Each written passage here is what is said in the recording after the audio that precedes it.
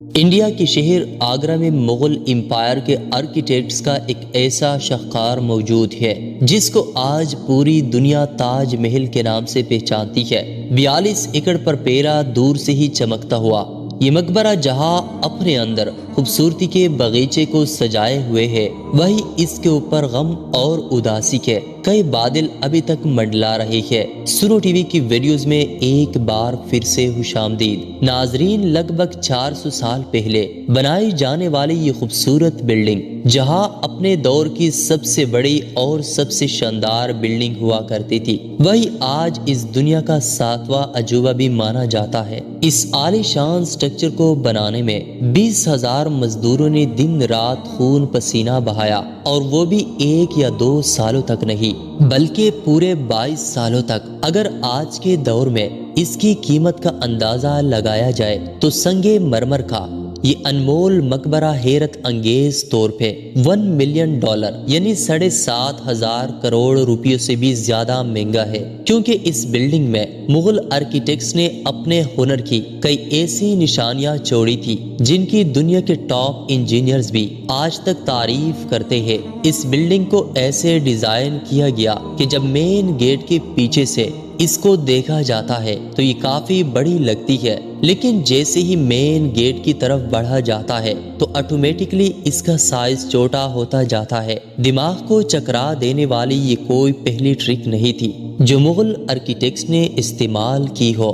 اس کے گرد چاروں میناروں کو بالکل سیدھا کڑا نہیں کیا گیا، بلکہ یہ مینار باہر کی طرف توڑا جھکے ہوئے ہے، کیونکہ اگر ان کو سیدھا کڑا کیا جاتا تو دور سے دیکھنے پر یہ اندر کی طرف جھکے ہوئے لگتے، جیسا کہ ان مسجدوں میں آپ دیکھ سکتے ہیں۔ ان میناروں کو باہر کی طرف جھکنے کا ایک اور بھی ریزن تھا، اور وہ یہ تھا کہ خطرناک ارتھ کویکس کی صورت میں اگر یہ مینار گرے بھی تو یہ باہر کی طرف گر کر تاج محل پر ایک آنچ بھی نہ آنے دے۔ لیکن آخر ماجرا کیا تھا کہ اس کو بنانے والے کسی صورت میں اس پر ایک خراش بھی برداشت نہیں کر سکتے تھے۔ تاج محل کے وہ کون سے راز تھے جن کو 400 سال پہلے چھپانے کی کوشش کی گئی تھی، اور جب اس دور میں کنکریٹ یا اسٹیل ہی نہیں ہوا کرتا تھا تو آخر اس عالی شان مقبرے اور اس پر موجود 40 میٹر اونچے ڈوم کو کیسے بنایا گیا؟ یہ سب اور اس سے بھی زیادہ اب جان سکیں گے آج کی اس اسپیشل ویڈیو میں۔ ناظرین، یہ معاملہ سٹارٹ ہوا تھا سال 1607 میں، جب انڈیا اور پاکستان کی اس خطے میں مغل امپائر کا ہولڈ ہوا کرتا تھا۔ اس دن مغل شہنشاہ کا سب سے چھوٹا بیٹا شہاب الدین محمد خرم 15 سال کا ہو چکا تھا، اور اسی کی سیلیبریشن کے لیے آگرہ فورٹ میں ایک عالیشان پارٹی رکھی گئی تھی۔ خرم مغل شہنشاہ کو سب سے زیادہ عزیز تھا، اسی وجہ سے اس کے ہر جنم دن پر اس کو ہیرے جواہرات اور سونے سے تولا جاتا تھا، یعنی جتنا وزن شہزادے خرم کا ہوتا تھا اتنا ہی خزانہ اس کے نام کر دیا جاتا تھا۔ لیکن اس جنم دن کچھ اور بھی خاص ہونے والا تھا۔ مغل شہنشاہ نے شہزادے خرم کی شادی اپنے ایک وکیل کی بیٹی کے ساتھ کر دی جس کو ممتاز محل کے نام سے جانا جاتا ہے۔ ممتاز اور خرم کو پہلے ہی دن ہی ایک دوسرے سے بے انتہا محبت ہو چکی تھی، اور اس وقت یہ کسی اور کو بھی معلوم نہیں تھا کہ اس محبت کا بول بالا ہمیشہ کے لیے رہنے والا ہے۔ اگلے 10 سالوں تک شہزادے نے کئی جنگیں لڑی اور ان میں بھرپور کامیابی بھی حاصل کی۔ اسی وجہ سے شہنشاہ نے خوش ہو کر ان کو شاہ جہاں کے لقب سے نوازا، جس کا مطلب ہے دنیا کا بادشاہ۔ شاہ جہاں کی ٹوٹل 6 بیویاں تھی جو آگرہ فورٹ کے خرم میں ہی رہتی تھی۔ ان 6 میں سے شاہ جہاں سب سے زیادہ محبت ممتاز سے کرتے تھے، اور یہی وجہ تھی کہ ان کا زیادہ تر وقت ممتاز محل کے ساتھ ہی گزرتا تھا۔ وقت تیزی سے گزرتا جا رہا تھا، اور 4 سالوں کے بعد یعنی 1621 میں مغل شہنشاہ اچانک چل بسے۔ شاہ جہاں جو پہلے ہی مغل امپائر میں خاصا فیمس ہو چکا تھا اور جو شہنشاہ کا چہیتا بیٹا بھی تھا، 1628 میں یعنی باپ کی موت کے 7 سالوں بعد اس نے شہنشاہ کی گدی سنبھالی۔ پوری مغلیہ سلطنت اپنے نئے شہنشاہ سے بے حد خوش نظر آتی تھی۔ یہ وہ پیریڈ تھا جہاں مغل امپائر اپنے پورے عروج پر تھی، یعنی پورے انڈیا پاکستان کے ساتھ ساتھ افغانستان کے بھی کئی حصوں میں مغلیہ سلطنت کا راج ہوا کرتا تھا۔ سارے فیصلے شاہ جہاں خود کرتا تھا، جبکہ ممتاز محل پیچھے رہ کر شاہ جہاں کو مشورے دیا کرتی تھی، لیکن کسی کو بھی اس بات کا علم نہیں تھا کہ یہ خوشیاں عنقریب ماتم میں بدلنے والی ہے۔ گدی سنبھالے ابھی ایک ہی سال گزرا تھا کہ ایک بار پھر سے مغل امپائر کو دشمنوں کا سامنا کرنا پڑا۔ اگلے 2 سال جنگ چلتی رہی اور شاہ جہاں کو اس جنگ میں بھی بھرپور کامیابی نصیب ہوئی، لیکن شاہ جہاں ابھی اس کامیابی کا جشن مناتے کہ ان کو ایک افسوسناک خبر سے آگاہ کیا گیا۔ ممتاز محل جو کہ شاہ جہاں کے 14ویں بچے کو جنم دے رہی تھی، اس کی حالت بگڑ گئی اور 17 جون سن 1631 کو وہ نہ چاہتے ہوئے بھی اس دنیا سے چل بسی۔ پوری مغلیہ سلطنت کا جشن دیکھتے ہی دیکھتے ماتم میں بدل گیا۔ یہ خبر جو شاہ جہاں پر آگ بن کر گری تھی، اس نے تو جیسے ان کی دنیا ہی ختم کر ڈالی۔ شاہ جہاں کی سب سے پہلی محبت اور ان کی سب سے عزیز بیوی ممتاز محل اس دنیا سے رخصت ہو چکی تھی۔ کہا جاتا ہے کہ اس غم کی پرچھائی نے شاہ جہاں کو کالے اندھیروں میں دھکیل دیا تھا۔ اگلے 8 دنوں تک انہوں نے کچھ نہیں کھایا اور اگلے 2 سالوں تک نہ کوئی موسیقی سنی اور نہ ہی پرفیوم لگایا۔ ممتاز محل نے مرنے سے پہلے ایک آخری خواہش کی تھی۔ وہ چاہتی تھی کہ ان کی قبر دنیا کے سب سے خوبصورت مقبرے میں بنائی جائے۔ اس ٹس کو اور ممتاز محل کی آخری خواہش کو پورا کرنے کے لیے شاہ جہاں نے اپنی ساری دولت اور پوری زندگی وقف کرنے کا ارادہ کر لیا۔ ممتاز کے گزرنے کے 6 ماہ بعد یعنی 1632 میں ہی تاج محل کی کنسٹرکشن کا کام شروع کر دیا گیا۔ قریب 20,000 سے بھی زیادہ مزدور، پتھر تراش اور کاریگروں کو پوری سلطنت سے اکٹھا کیا گیا۔ لشکروں کے لشکر شاہ جہاں کے حکم پر آگرہ بلوا لیے گئے تھے، کیونکہ ممتاز کی قبر یمونا ریور کے برابر میں موجود تھی۔ اسی وجہ سے اس جگہ پر دنیا کی سب سے خوبصورت بلڈنگ بنانا کافی مشکل ٹاسک تھا۔ ریور کے کنارے زمین کافی سخت ہوتی ہے اور اگر یہاں کھدائی کا کام کیا گیا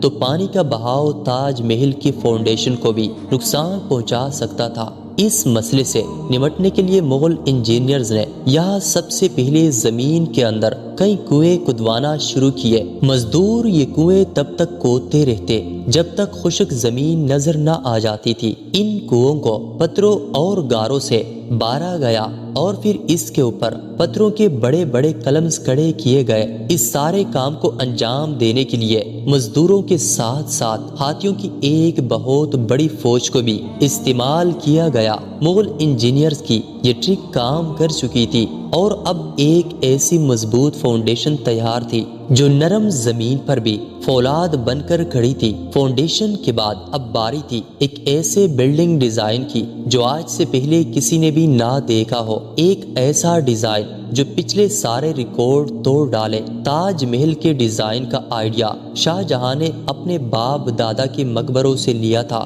باپ کے مقبرے سے میناروں کا آئیڈیا لیا گیا، دادا کے مقبرے سے بلڈنگ کور کا آئیڈیا لیا اور اپنے انکل کے مقبرے سے ڈوم کا آئیڈیا لیا تھا، اور جب ان سب کو کمبائن کیا گیا تو ایک شاندار اور عالیشان ڈیزائن ابھر کر سامنے آیا۔ بلڈنگ کے سٹرکچر کو بنانے کے لیے لاکھوں نہیں کروڑوں اینٹیں موقع پر ہی بک گئی۔ یہ سب اتنا آسان نہیں تھا اور اس میں لاتعداد پیسے بھی بہائے جا رہے تھے۔ ہر گزرتے دن شاہی خزانہ تیزی سے خالی ہوتا جا رہا تھا، لیکن شاہ جہاں کو کسی چیز کی پرواہ نہیں تھی، بس ان کو یہ کام ہر قیمت پر کمپلیٹ کرنا تھا۔ کہا جاتا ہے کہ تاج محل کی کنسٹرکشن میں اتنے زیادہ لوگ لگائے گئے تھے کہ ان کی وجہ سے آس پاس کے علاقے میں کھانا پینا ختم ہو گیا تھا۔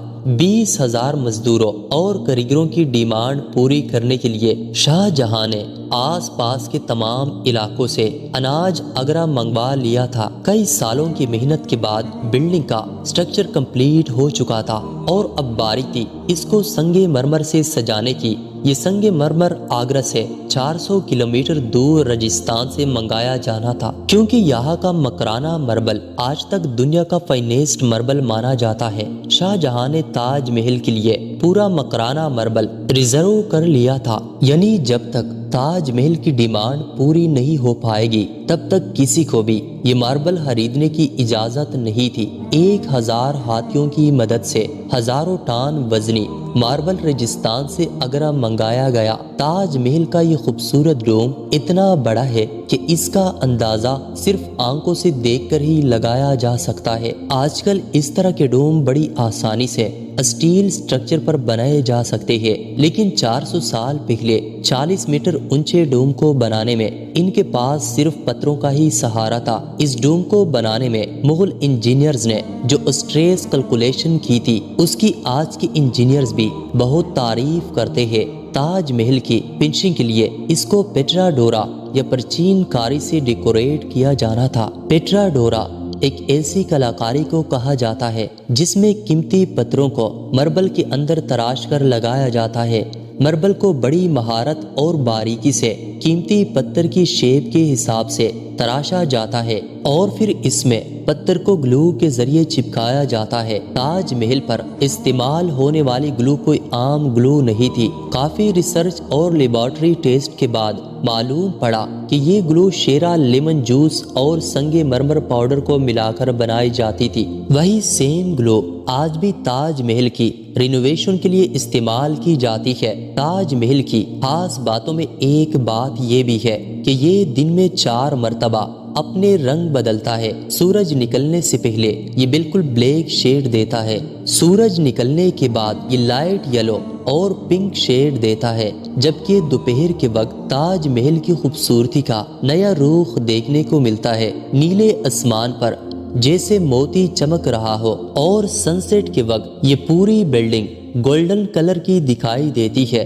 پورے 22 سالوں کے بعد سن 1654 میں تاج محل کی کنسٹرکشن کا کام مکمل کر لیا گیا۔ شاہ جہاں اپنی بیگم کی یاد میں دنیا کا سب سے خوبصورت مقبرہ بنانے میں کامیاب ہو چکا تھا۔ شاہ جہاں نے اس عالی شان عمارت کا نام اپنی پسندیدہ بیوی کی یاد میں ہی رکھا۔ ممتاز محل سے اس کا نام تاج محل رکھ دیا گیا۔ ہر سال شاہ جہاں ممتاز کی برسی پر یمونا ریور کے ذریعے تاج محل پر جایا کرتے تھے۔ یہ تاج محل کی ایسی انٹرنس تھی جس کو صرف شاہی خاندان کے لیے ہی بنایا گیا تھا۔ اس انٹرنس کی دیواروں پر دلکش نقاشی کا کام کیا گیا تھا جو شاید صرف شاہی آنکھوں کے دیکھنے کے لیے ہی کیا گیا تھا۔ شاہ جہاں کا یہ مہنگا ترین پروجیکٹ کمپلیٹ تو ہو چکا تھا، لیکن اس نے مغلیہ سلطنت کو تباہی کے کنارے پر لا کھڑا کیا۔ 4 سالوں کے بعد یعنی 1658 میں